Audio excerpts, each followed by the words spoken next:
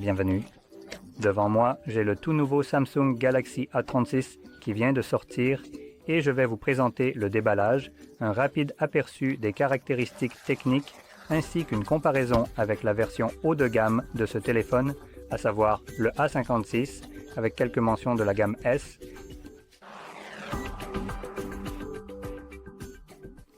Alors, je vais vous laisser découvrir tout de suite ici quelques languettes à tirer. Voilà. Donc, voici notre téléphone. La coque, franchement intéressante. En retirant cela, nous pouvons démarrer l'appareil.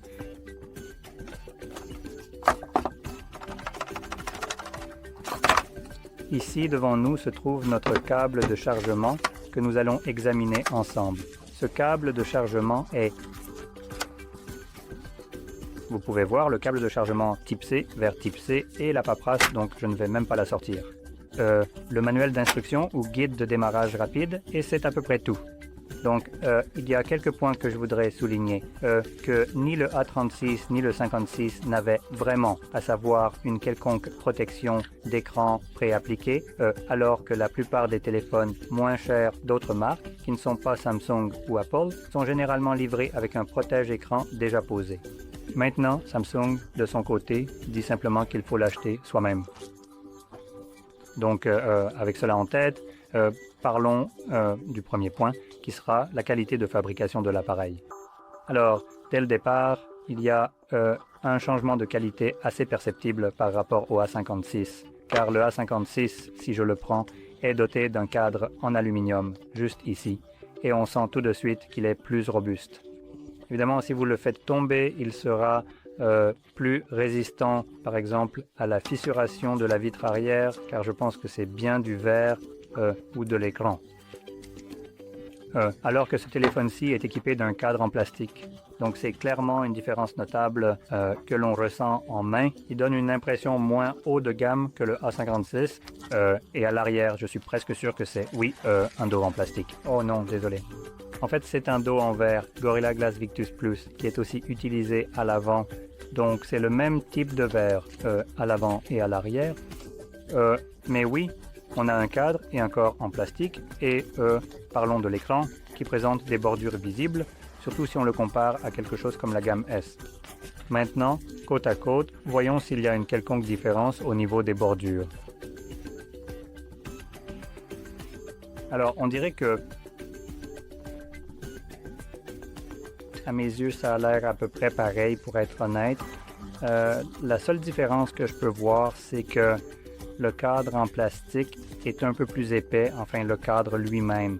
Donc celui en aluminium aura techniquement un ratio écran-corps un peu plus élevé, enfin un peu meilleur, je suppose.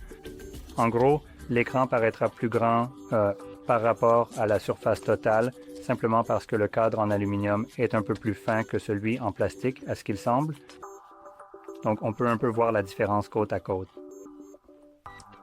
Donc, ça pourrait être quelque chose que vous remarquez. Maintenant, si on compare ça à quelque chose comme la gamme S, la série S, laissez-moi juste prendre quelque chose qui sera visible. Voilà. Vous pouvez voir les bordures ici. Elles sont nettement plus fines comparées à la gamme A.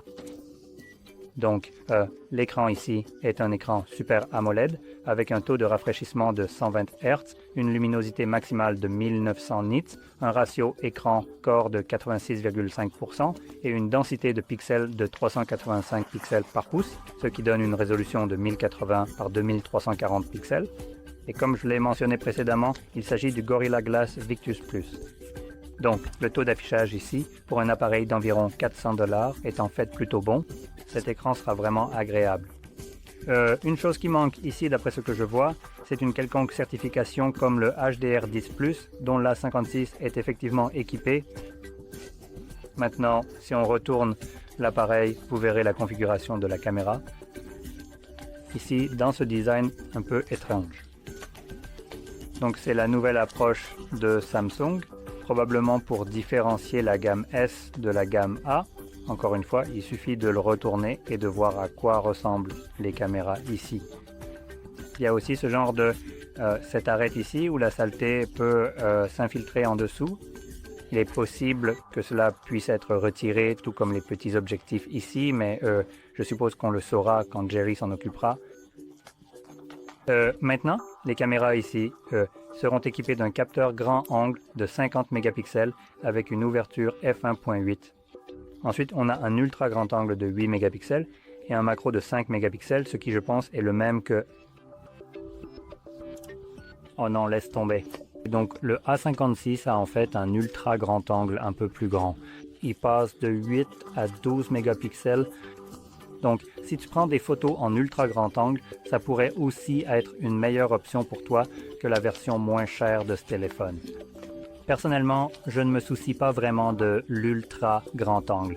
Donc pour moi, ce n'est pas une amélioration car j'utilise le capteur principal qui est le même. Avec ces caméras, on filme en 4K à 30 images par seconde ou en 1080p à 60.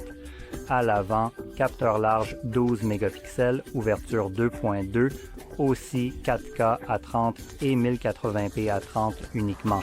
L'A56 filme en 1080p à 60 avec la caméra selfie, l'arrière aussi. Donc au niveau des caméras, ils sont très proches. Il n'y a pas vraiment de différence à ce niveau-là. Maintenant, si l'on regarde l'intérieur de cet appareil, on trouve une batterie de 5000 mAh qui, assez étonnamment, même s'il s'agit d'une version plus abordable, se recharge à 45 watts via un câble. Pas de recharge sans fil cependant, mais tout de même 45 watts. Fait intéressant, il se recharge plus vite que le S25. C'est quoi ce délire, Samsung? Pourquoi tu me fais ça? J'ai dépensé plus pour un téléphone haut de gamme qui se recharge à 25 watts. Vous vous moquez de moi là? Allez quoi? Typique de Samsung, j'imagine. Mais bon, 45 watts, c'est vraiment bien pour un appareil abordable comme celui-ci de Samsung. Franchement, c'est impressionnant, surtout quand on sait que c'est la même vitesse de charge que le S25 Ultra. Donc, c'est très surprenant que celui-ci se recharge vraiment à cette vitesse, si c'est bien le cas. Et d'ailleurs, toutes les données que j'ai proviennent de GSM Arena, il faut aussi le préciser. Et ils sont plutôt fiables au niveau des informations, donc je pense que c'est correct. Mais c'est quand même assez choquant d'avoir un téléphone qui se recharge plus vite que la gamme S. Alors, en parlant de vitesse de charge, 45 watts, ce n'est pas non plus une charge ultra rapide, contrairement à ce que Samsung voudrait vous faire croire. Il existe des téléphones qui se rechargent à 130 watts ou au moins 120 watts, ça j'en suis certain. Et 45 watts paraît vraiment long à côté de ça. Donc je voudrais clarifier un peu ce point. Même le S25 Ultra se recharge à une vitesse maximale de 45 watts, donc ces vitesses de charge ne sont pas si impressionnantes si l'on considère qu'il existe d'autres téléphones sur le marché. Pour une raison quelconque, les plus grandes marques comme Samsung et Apple refusent tout simplement de proposer la charge rapide. Je ne sais pas du tout ce qui se passe à ce niveau-là. Mais pour continuer, l'un des points où la baisse de gamme est la plus visible sur cet appareil, c'est le processeur qui est le Snapdragon 6 Gen 3, alors que le 56, lui, est équipé d'un Exynos 1580. Ce processeur sera donc sur la version supérieure plus rapide que celui-ci. C'est donc l'une des différences les plus notables entre ces appareils, la vitesse réelle du processeur. Donc Snapdragon 6 Gen 3, nous avons également soit 6 Go de RAM, appelons cela la configuration de base, donc 6 Go de RAM et 128 Go de stockage. Et vous pouvez le configurer jusqu'à 256 Go de stockage et 12 Go de RAM. En ce qui concerne les options de stockage, il n'y a malheureusement pas de stockage extensible. Donc, vous avez soit 128 gigaoctets de stockage, soit 256, ce qui reste faible, surtout si l'on considère que 256 est la capacité de stockage maximale qu'il propose. Aujourd'hui, 256 gigaoctets, c'est ce que la plupart des téléphones offrent par défaut en version d'entrée de gamme, et ils peuvent aller jusqu'à 1 teraoctet. Celui-ci, par contre, va comme bas ou de plus en plus bas. Donc c'est un peu, vous voyez, une chose pas très sympa à faire. Et évidemment, c'est fait pour que vous ne puissiez pas profiter de ce téléphone longtemps, car vous allez très probablement manquer d'espace de stockage. Et devinez quoi? Cela va vous obliger à passer à la gamme S, qui propose jusqu'à 1 téraoctet de stockage. Donc, c'est un peu une manœuvre douteuse de la part de Samsung de faire ça. C'est fait délibérément. Ne pas proposer de stockage extensible sur un téléphone abordable, c'est un peu comme un doigt d'honneur, car normalement, les appareils d'entrée ou de milieu de gamme, comme celui-ci, devraient offrir un stockage extensible. La plupart le font, mais Samsung a choisi de réduire la capacité de stockage et de ne pas proposer de stockage extensible, exactement comme la version supérieure, l'A56. Donc honnêtement, il n'y a aucune différence à ce niveau. Et je pense que ça résume à peu près l'essentiel de l'appareil. Donc, pour un appareil à environ 400, vous obtenez un appareil plutôt solide dans l'ensemble. Les seuls inconvénients ici sont les options de stockage relativement faibles, car 128 ou 256 ne sont pas forcément les meilleurs. Et honnêtement, le processeur est assez lent dans cet appareil. Pour être franc, que ce soit le A56 ou le N36, les deux téléphones ont un processeur lent. L'avantage, c'est que vous bénéficiez de 6 ans de mise à jour majeure d'Android. Donc, vous êtes tranquille pour au moins les 6 prochaines années. Et en gros, vous allez jusqu'à quoi? Android 21? En supposant qu'ils ne changent pas leur système de nommage. Donc c'est pas mal. Et l'appareil, dès la sortie de la boîte, est déjà livré avec One UI 7, ce qui est aussi l'un des arguments de vente de la gamme S. Donc le A1 bénéficie du même traitement avec la nouvelle One UI qui vous apporte également les fonctionnalités d'IA. Je ne sais pas s'il vous offre aussi, comme pour la gamme S, 6 mois gratuits de Gemini et en fin d'année, les fonctionnalités Galaxy AI. Donc oui, c'est quelque chose que vous devrez peut-être vérifier, mais c'est bien pris en charge, donc c'est un avantage. Maintenant, j'aimerais souligner un point. Comme je l'ai dit, l'appareil en lui-même n'est pas mauvais. Vous bénéficiez de mises à jour Android correctes et tout ça, mais pour 400 $, vous pouvez clairement trouver mieux si vous n'êtes pas absolument déterminé à acheter un Samsung. Et il y a d'autres téléphones. Par exemple, un téléphone Nothing vient de sortir récemment. Le téléphone Nothing, comment il s'appelle déjà? Le 3A Pro qui, je crois, est proposé à peu près au même prix. Voyons voir. Nous avons deux modèles différents de Nothing A et le 3A Pro sera proposé à 450 $, donc c'est vraiment entre ces deux-là. C'est un point intermédiaire entre le A36 et le N56 et vous obtenez un téléphone plus rapide que ces deux appareils, sans stockage extensible et avec des options de stockage équivalentes à ces modèles, jusqu'à 256 gigaoctets de stockage et 12 Go de RAM. Donc pas de différence à ce niveau.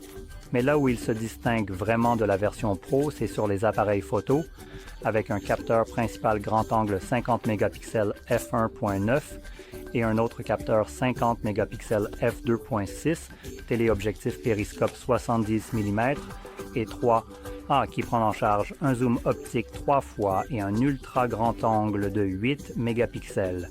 Avec cela en tête, vous obtenez une configuration d'appareil photo meilleure que celle de ces appareils et vous bénéficiez de 3 ans de mise à jour majeure d'Android contre 6 mois pour les deux Samsung dont je parle ici.